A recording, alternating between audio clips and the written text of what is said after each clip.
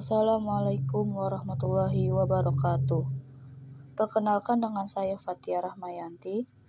Saya di sini akan menyampaikan sebuah isu yang sering diperbincangkan di tengah masyarakat, yaitu mengenai apakah sebuah pelecehan seksual terjadi karena cara berpakaian.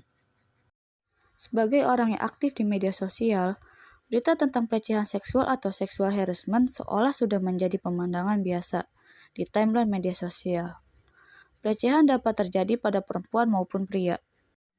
Sebagai manusia yang berakal sehat, tidak ada yang dapat mentolerir perilaku pelecehan seksual. Namun, di sini saya hanya membahas tentang pelecehan yang umum terjadi, yaitu pada wanita. Di mana banyak yang menyalahkan pakaian yang dikenakan ketika pelecehan sudah terjadi. Ironis memang, ketika menilik isi komentar tentang peristiwa pelecehan seksual di media sosial, tidak sedikit yang menyalahkan pakaian dikenakan korban. Hal ini tentu saja tidak dapat dibenarkan. Contoh paling aktual adalah kasus karyawan Starbucks mengintip payudara pelanggan wanita melalui sorotan CCTV, bahkan membesar layar monitornya.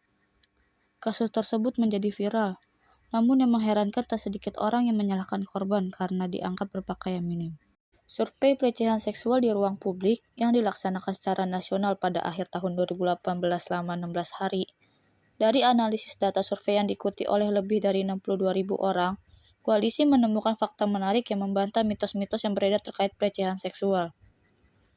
Menurut hasil survei, mayoritas korban pelecehan tidak mengenakan baju terbuka saat mengalami pelecehan seksual, melainkan memakai celana atau rok panjang sebanyak 18%, hijab 17%, dan baju lengan panjang 16%. Hasil survei juga menunjukkan bahwa waktu korban mengalami pelecehan mayoritas terjadi pada siang hari, sebanyak 35%, dan sore hari sebanyak 25%. Berbeda dari mitos yang banyak dipercaya orang bahwa pelecehan seksual terjadi karena korban berada di luar rumah pada malam hari. Selama ini korban pelecehan seksual banyak disalahkan karena dianggap mengundang aksi pelecehan dengan memakai baju seksi atau jalan sendiri di malam hari. Tapi semua anggapan itu bisa dibantah dengan hasil survei ini. Hasil survei ini jelas menunjukkan bahwa perempuan bercadar pun sering dilecehkan, bahkan pada siang hari, ungkap pendiri kelompok perempuan Rika Rosita. Pelaku seringkali terbebas dari tuduhan akan potensi terjadinya pelecehan seksual. Sebaliknya, korban justru disalahkan atas perbuatan pelaku.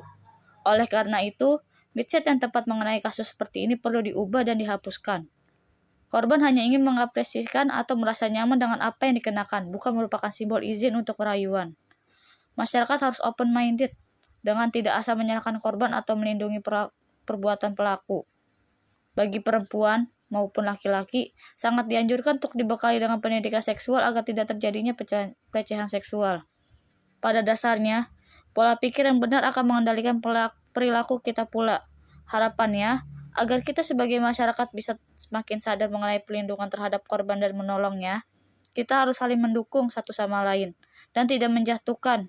Jadilah masyarakat, keluarga, teman, atau pengajar yang bijak serta berguna bagi lingkungan. Itu saja dari saya. Wassalamualaikum warahmatullahi wabarakatuh.